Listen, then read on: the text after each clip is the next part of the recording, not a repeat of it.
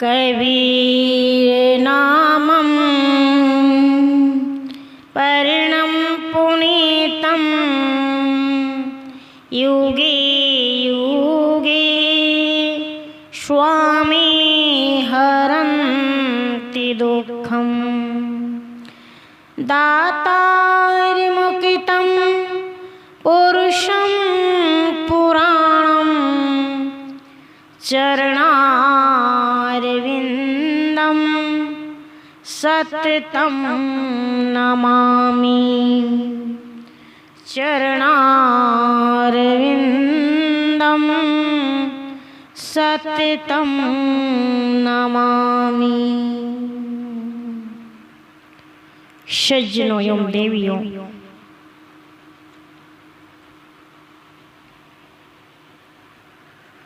मनुष्य जीवन में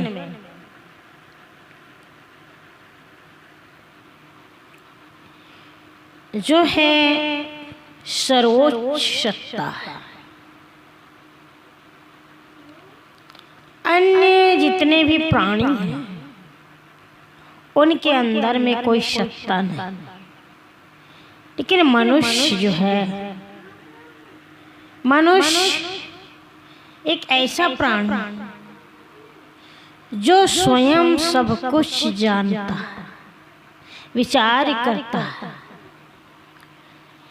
और विचार करने के बावजूद भी मनुष्य की बुद्धि कितनी उल्टी बुद्धि हो गई।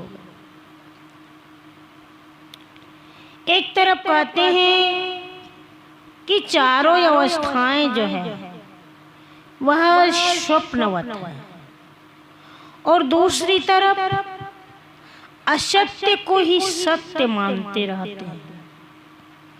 लोग झूठी बातों को झूठी करके नहीं जानते, तो इस प्रकार सबने अपने अपनत्व को खोया और आज भी खोते आए हैं। बंधुओं, हम भविष्य की आशा देकर के सबने अपने कल्याण को खोया और दूसरों के पतन में सहायक हुए। इसीलिए तो ऐसे लोगों को स्वप्न में भी मनुष्य की बुद्धि नहीं मिली। जो व्यक्ति 34 अक्षर अर्थात शास्त्र प्रमाण के मोहजाल में से जो नहीं निकलेगा, तो वह क्या समझेगा कि पाप क्या है, पुण्य क्या है, सत्य क्या है, असत्य क्या है। जो कहोगे वास्तव में वही हो जाओगे बंधु। तो जान से भी अगर सत्य को मानता है, जानता है, तो बताओ कि पुण्य और पाप और सत्य और असत्य में जो है क्या है। मैं खड़ा होकर स्वयं कह रहा हूं, व्यक्ति कहता है अपने आप में कि तू स्वयं है, सम्राट है, तो अपने जीवन को धोखे में क्यों खो रहा है। तो सद्गुरु कबीर साहब जी कहते कि तुम स्वयं सर्वोच्च सत्ता स्वयं हो, फिर भी तुम स्वयं अपने आप को नहीं जान पाए। तो इसलिए तो उन्होंने रामायणी 24 में कहा, चंद्र चकोर की ऐसी बात जनाई, मानुष बुद्धि चिन्ह पलटाई। चारि अवस्था सपने कहाई, झूठो फूरो जानत रही। मिथ्या बात न जाने कोई, यही विधि सब गैल बिगोई। आगे दे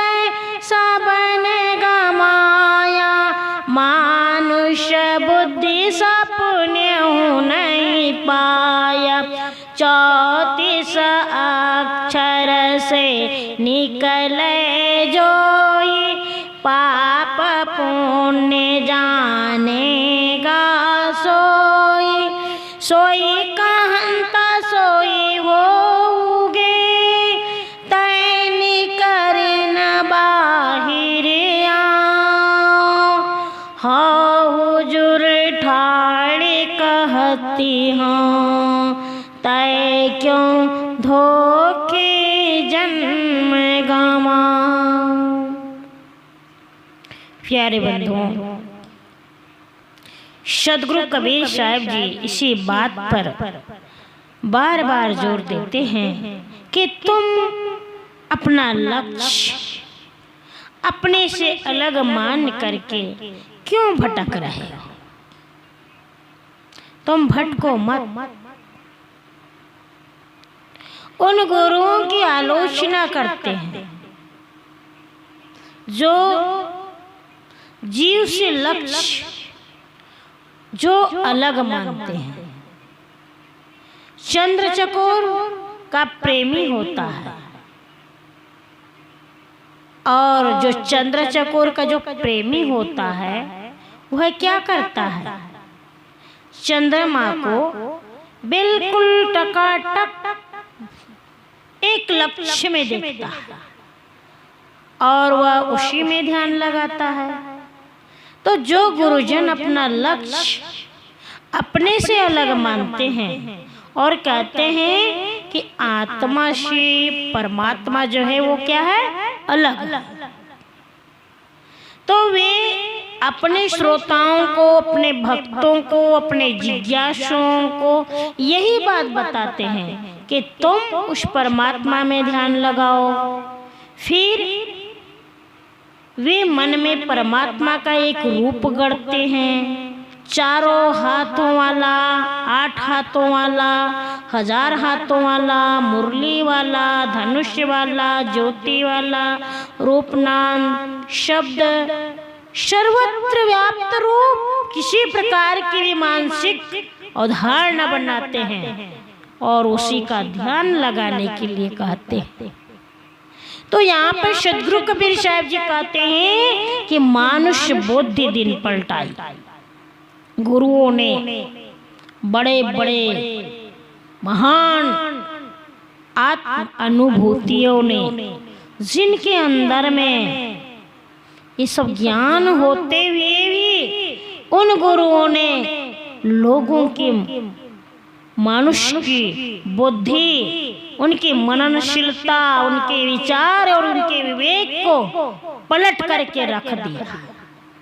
उन्हें न सोचने की स्थिति में लाया, बल्कि उनके विचार को ही परिवर्तन कर दिया और वह दूसरों का जो है हाका जा करके काम करता। तो इस प्रकार के गुरुओं ने जो है मनुष्य की बुद्धि को पशु के जैसे बना दिया। इसलिए तो कहते हैं साहब जी कि मनुष्य बुद्धि सपने नहीं पाया। बंधुओं, उनके सोचने की क्षमता छीन ली। मनुष्य बहुत विचारशील प्राणी है, उसके अंदर में स्वतंत्र चिंतन, विचार करने की विवेक शक्ति, जो हमारे मन में जितनी अवधारणाएं हैं, जो भी हम बनाते हैं, सब मन की उपज होती है। साधारण साधक अगर किसी हद तक अगर ऐसा करे तो ठीक है, लेकिन मनुष्य जो है अपना लक्ष्य, जो लक्ष्य ही खो दे, जिस प्रकार से चकोर से चंद्रमा सर्वथा पृथक है, इसलिए चकोर को चंद्रमा के विषय में कभी भी तृप्ति नहीं हो सकती। क्यों तृप्ति नहीं हो सकती? क्योंकि अलग की वस्तु अलग ही रह जाती है। इसी प्रकार से आत्मा और परमात्मा के भिन्नत्व की दृष्टि रख करके साधक कभी भी तृप्त नहीं हो सकता, चाहे कोई भी साधक हो जो साधना करता है। तो इस प्रकार से जो गुरुजन साधकों को स्वरूप ज्ञान न दे करके उसे कहीं बाहर कल्पित परमात्मा या कोई शक्ति जहां पर उनको लटका दे और स्वयं विवेक का पथ छोड़ करके दूसरे पथ पर चला जाए और दूसरों को भी न छुड़ाए।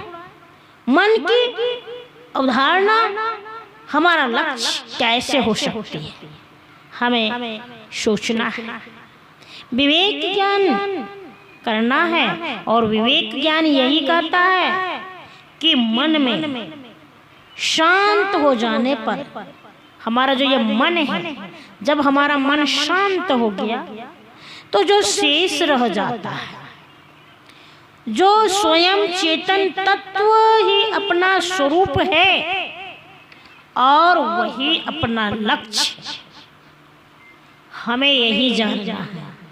और जब तक हमने इनको नहीं जाना तो साहिब जी क्या कहते हैं, चार ही अवस्था सपने कही। गुरुजन ये भी कहते हैं कि मनुष्य की जो है चार अवस्थाएं होती है।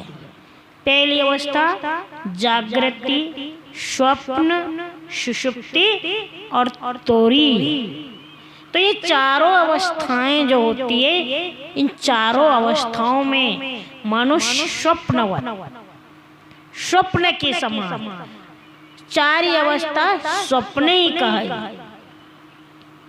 साहिब जी ने कहा है कि चार ही अवस्था स्वप्न ही कही, अर्थात मनुष्य की जो अवस्थाएं हैं कितनी हैं, चार अवस्थाएं। और इन्हीं चार अवस्थाओं में जो है इनके व्यवहार जो होते हैं वो क्या है, स्वप्नवत है।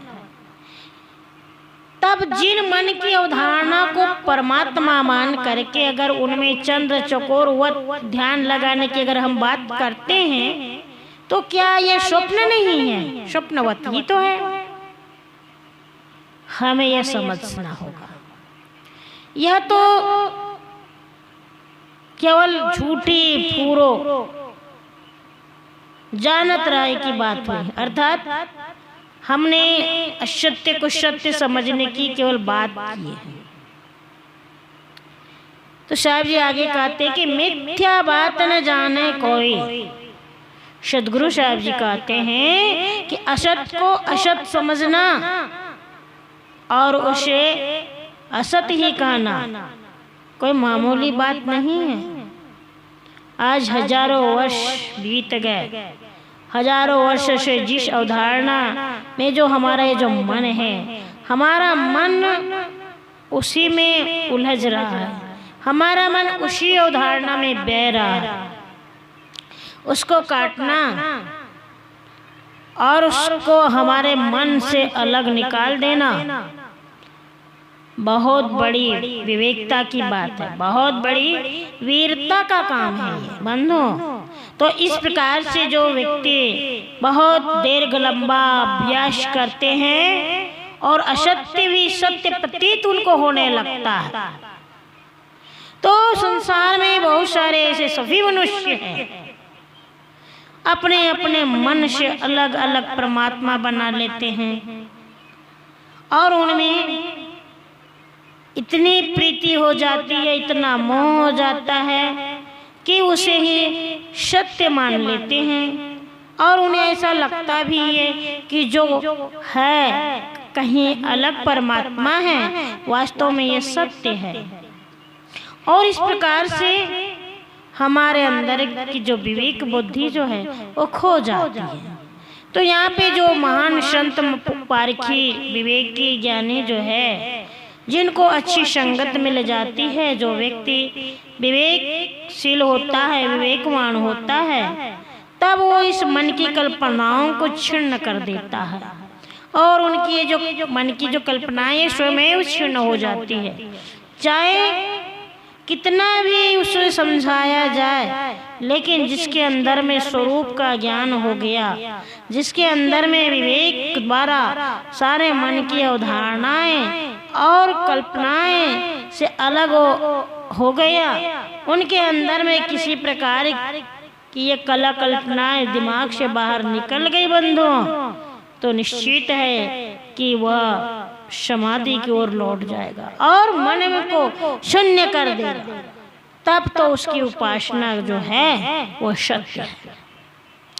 तो हमें लगता है कि आत्मा से परमात्मा अलग नहीं है। क्यों? क्योंकि जीव ही शिव है। जीव बिना नहीं आत्मा। साहब ने कहे कि जीव बिना नहीं आत्मा, जीव बिना नहीं ब्रह्म, जीव बिना शिव नहीं। जीव ही शिवत्व, अर्थात जीव से शिवत्व पृथक नहीं है। स्वरूप स्थिति ही जीवन का लक्ष्य। जो ऐसा नहीं समझते वे अपने महत्व को खो देते हैं, अपने आप को खो देते हैं। तो कहते हैं अभी साहब जी कि आ गए दे दे सबन गमाया, और मानुष आगे दे दे सबन गमाया, मानुष्य बुद्धि सपने नहीं पाया। कितनी बड़ी बात साहब जी ने कहे कि आगे परमात्मा या मोक्ष मिलेगा कि नहीं मिलेगा, इस प्रकार से लोगों के मन में आशा देकर के गुरु जो लोग होते हैं, गुरुआ लोग, वो उन्हें सांत्वना देते हैं, समझाते हैं, किंतु इस आशा में लोग जो हैं वह अपने पर जीवन को दांव में लगा देते हैं और आशा लगा करके बैठे हुए रहते हैं। तो इस प्रकार से अगर कोई गुरु वक्ता बन करके अगर परमात्मा को कहीं बाहर बताए, तो श्रोता और वक्ता दोनों के बीच में केवल धोखा ही है। तो बंधुओं, इस प्रकार से हमारे जीवन का जो लक्ष्य होता है, वह लक्ष्य को अगर हम मान ले कि सत्य क्या है, और अगर हम उस सत्य को जान ले, तो निश्चित है हम उस परम तत्व को समझ लेंगे। आगे दे दे सबन गमाया, आगे के जो लोग कहते हैं और जिन गुरु लोगों ने जो बात कह दी, हमारे पूर्वजों ने जो बात कही, चाहे वो कोई ग्रंथ में लिखी हो, उन्होंने जो बात लिख दी और लिख करके हमने उसको पढ़ लिया, लेकिन पढ़ करके हमने उसे मान लिया और मान करके हम उसी के आधार पर चलते हैं। तो साहब इसीलिए कहते हैं कि आगे दे दे सबन गमाया। जो आगे जितने भी लोग आए और जिन्होंने इस बात को समझाया और उन्होंने कहा, ऐसे महान पुरुष जिन्होंने अपने शास्त्रों में इन वचनों को कहा और प्रमाण देकर के समझाने का प्रयास किया, तो मनुष्य जो है उसको मान लेता है और कल्पित धारणाओं में पड़ जाता है।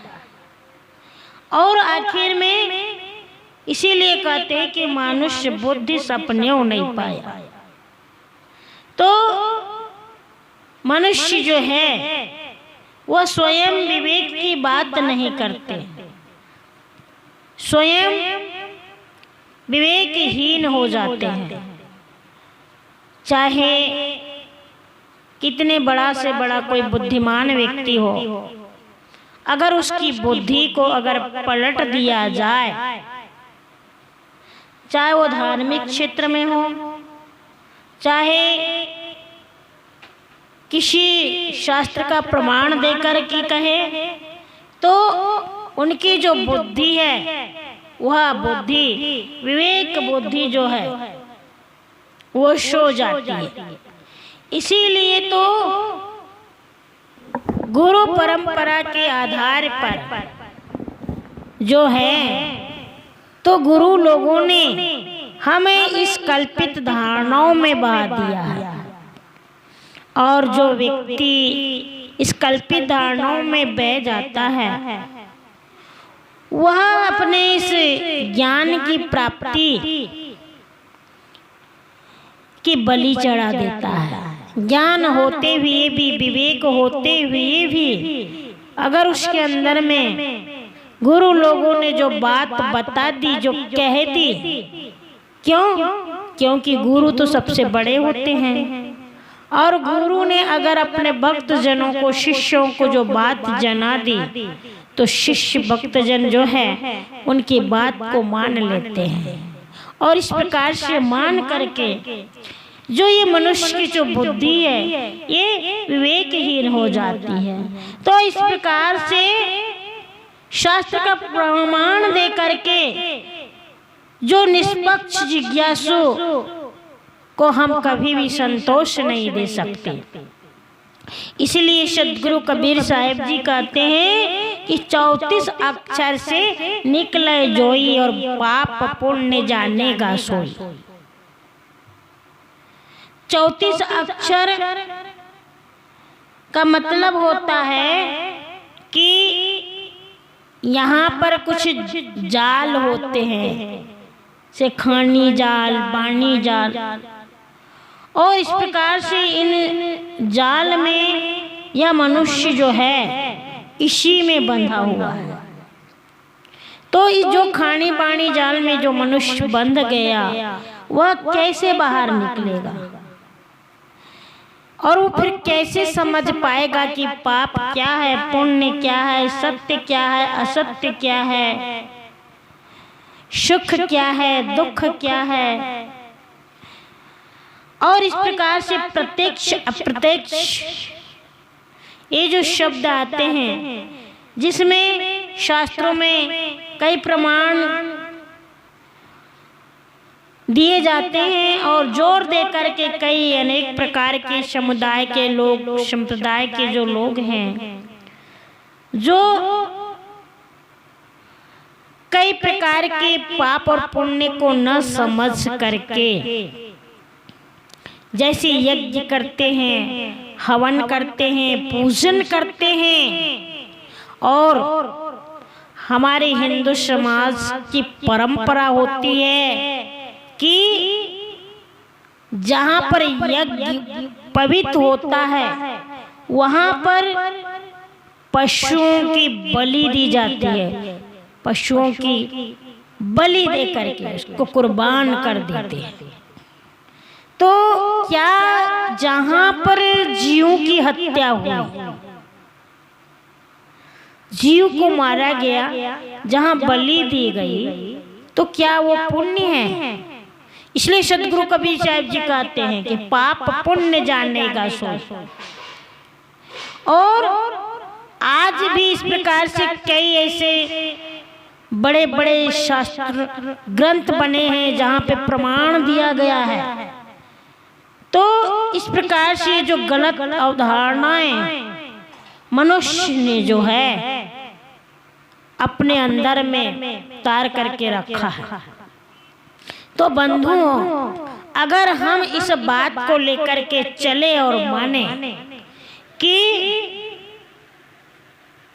आज कई ऐसी वर्ण व्यवस्थाएं, कई ऐसी जातियां, कई ऐसी जहां पर इस प्रकार का जो पाखंड फैला हुआ है, और यह पाखंड जो है मानव मात्र के बीच में भेदभाव की दीवार खड़ी कर दिया है।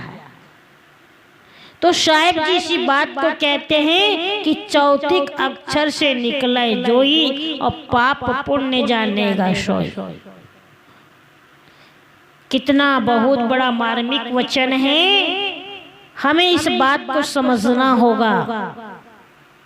और जिन शास्त्रों में प्रमाण दिया जाता है, जो शास्त्र, अगर शास्त्र किसी ने भी लिखा है तो कोई मनुष्य है।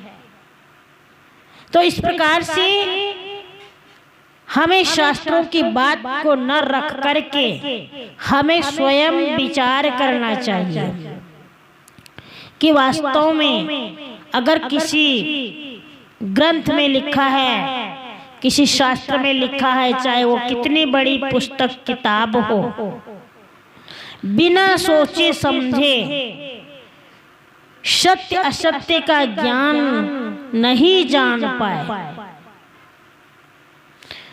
तो हमें केवल उस ग्रंथ की ही बात को नहीं मानना है, हमें यहाँ पर विवेक करना है। इसलिए तो कहते कि सोई कहंता सोई होउगे। इसका मतलब क्या कहते कि सोई कहंता सोई होगे, अर्थात जैसा कहोगे वैसा हो जाओगे। अगर जिस मनुष्य का मन चोरी करने का है, वह चोरी करना चाहता है, तो निश्चित है वो चोर हो जाएगा। और चोरी करते करते करते करते एक दिन बहुत बड़ा डकैत बन जाएगा। इसी प्रकार से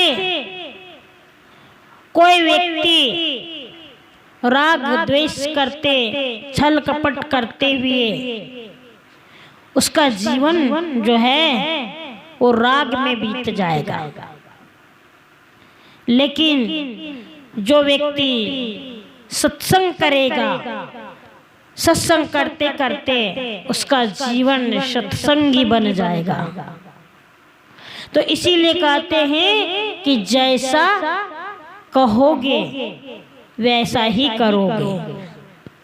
अगर हमारे मन ने ठान लिया कि हमें ऐसा करना है तो निश्चित है कि मनुष्य वहीं चला जाएगा।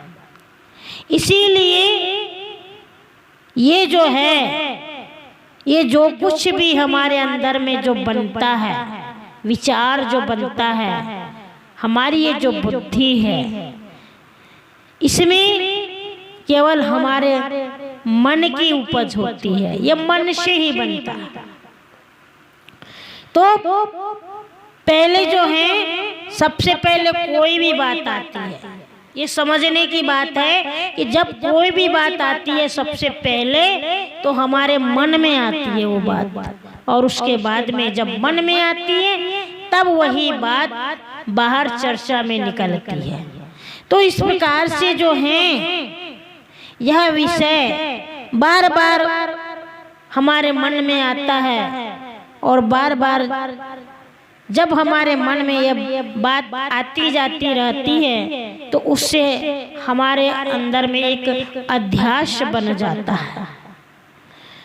तो यही हमारे मनुष्य की विशेषता है और यही मनुष्य का एक गुण है। तो बंधुओं, इस प्रकार से जिस प्रकार से हम जैसे वाणी बोलेंगे वैसा ही हमारा मन बन जाता है। इसलिए तो कहा जाता है कि जैसा खाए अन्न वैसा होवे मन, जैसे पीवे पानी वैसे होवे वाणी। तो मनुष्य, जितने भी मनुष्य हैं, इस प्रकार से वाणी पर बहुत जोर देते हैं। क्यों? कि हमारे मुख से जो वाणी निकलती है, अगर ये सत्य वाणी है, सत्य शब्द है, तो हमारा जो मन है, हमारे मन पे बहुत बड़ा प्रभाव पड़ेगा। और अगर हम असत्य शब्द बोल रहे हैं तो मनुष्य के अंदर में जो है असत्य का भाव जागृत होगा। इसीलिए तो हमारे मन में कई प्रकार के सवाल उठते हैं और यही सवाल जो हैं हमारे मन में बार बार आते जाते रहते हैं। तो बंधुओं, आखिर में सदगुरु कबीर साहब जी जो हैं इसी बात पर बल देते हुए कहते हैं कि मन जो है ये हमारा मन कई बार जो है यही कहता है और यही सोचता है कि जिस प्रकार से साहब जी कहते हैं कि तय निकरिन बाहर आओ, ये जो मन जो है ये मन बाहर निकल करके आए। और जब हमारा जो मन है यह मन अगर उस बात को जान ले, समझ ले कि हमारे जो विचार हैं, हमारे विचार अगर बाहर निकल करके आ जाए तो हम उस बात को जान जाएंगे। चाहे हमारे अंदर कितने भी आप शास्त्रों का प्रमाण दे दे, लेकिन सत्य अगर बात है तो सत्य को ही जानेंगे और असत्य बात है तो उसको हम कभी नहीं मानेंगे। तो बंधु, इस प्रकार से हमें समझना होगा कि पूर्णतः बाहर जो हम खोज रहे हैं, जो भी मनुष्य खोज रहा है वो क्या है? अल्पज्ञ अंश प्रतिबिंब है, कुछ नहीं है उसमें। अपना पूर्णत्व जो बाहर जिसको हम मान रहे हैं तो निश्चित ही उसका पतन है। इसीलिए तो सद्गुरु समझाना चाहते हैं कि तय निकरिन बाहिर आओ, तो प्रतिगामी विचारों पर आओ और अपने अंदर के जो जिसको कल्पित बातों को मान के रखे हैं उसको निकाल दो और निकाल करके आत्मज्ञान को आत्मविश्वास करो। हाँ हजूर ठाड़ कहता हूँ, यानी कहने का मतलब है कि यह आत्मज्ञान और आत्मविश्वास पर सद्गुरु कबीर साहब जी ने अधिक जोर दिया है, अधिक बल दिया है। तो साहब कहते हैं कि हाँ हजूर ठाड़ खाता हूँ। इसका मतलब है सद्गुरु कबीर साहब जी अपने आप से कह रहे हैं कि मैं खड़ा होकर के कह रहा हूँ कि तुम स्वयं हजूर हो, स्वयं हो। हुजूर जो है एक अरबी भाषा का शब्द है और बड़ों के लिए संबोधन में कहा जाता है हुजूर। मनुष्य की जो ये चेतना है ये बड़ा तो कुछ भी नहीं है, ये जीव है, ये आत्मा चेतन होने से सर्वोच्च सत्ता है। और सद्गुरु कहते हैं कि हे चेतन देव, तो अपनी सर्वोच्चता को समझ, तो किसी चंद्रमा का चकोर मत बन। सर्वाधिक प्रकाश और शीतलता जो है वो स्वयं तुम्हारे पास है। चैतन्य ही तेरा अपना स्वरूप है और अपने स्वरूप स्थिति में रहना यही हमारी एक साधना है। तो इस प्रकार से हमें कहीं बाहर जिसको हम मान रहे हैं और मान करके हम चल रहे हैं, वास्तव में वह केवल मिथ्या है। तो इस प्रकार से हमें जानना है कि स्वयं जो है वह अपना आपा है, अपने आप है। बाकी जो कुछ भी हम देख रहे हैं वो कपोल कल्पित बातें हैं। इसीलिए हमें जानना है, समझना है, एक दूसरे के ऊपर दया दृष्टि करना है। नहीं तो हमने जिस बात में कहीं लिखा हुआ है अगर हम उसको मान लेते हैं तो पता नहीं हम कितने पाप करते चले जाते हैं। तो इस प्रकार से जितने भी संसार के जीव हैं सबके ऊपर दया दृष्टि करनी चाहिए। इसलिए तो सदगुरु कबीर साहब जी कहते हैं कि जीव घात ना कीजिए, बहुर लेत वै कान, तीरथ गए न बाचियो, जो कोटि हीरा देहु दान। संसार के जितने भी प्राणी हैं सबके अंदर में चेतन सत्ता है, आत्म सत्ता है। सबके अंदर में जीव बसा हुआ है, सबके अंदर में आत्मा है। तो आत्मा ही परमात्मा का रूप है। तो बंधु हमें उस बात को समझना है। चाहे कोई भी पशु की बलि नहीं देना है, उसे मारना नहीं है। संसार के कितने सारे मनुष्य इतने बुद्धिजीवी होते हुए, ज्ञानी होते हुए, समझ होते हुए भी अपने मन के जिह्वा के स्वाद के कारण से पशुओं की बलि देते हैं, स्वयं मार कर खा जाते हैं।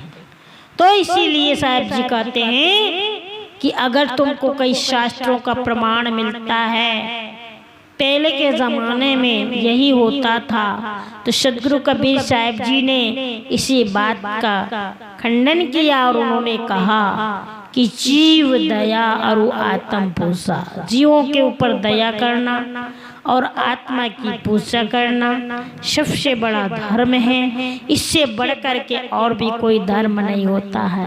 मानव मात्र के जितने प्राणी हैं सबके अंदर में रमने वाला, बसने वाला परम सत्ता परमात्मा है और सबके अंदर में निवास करता है।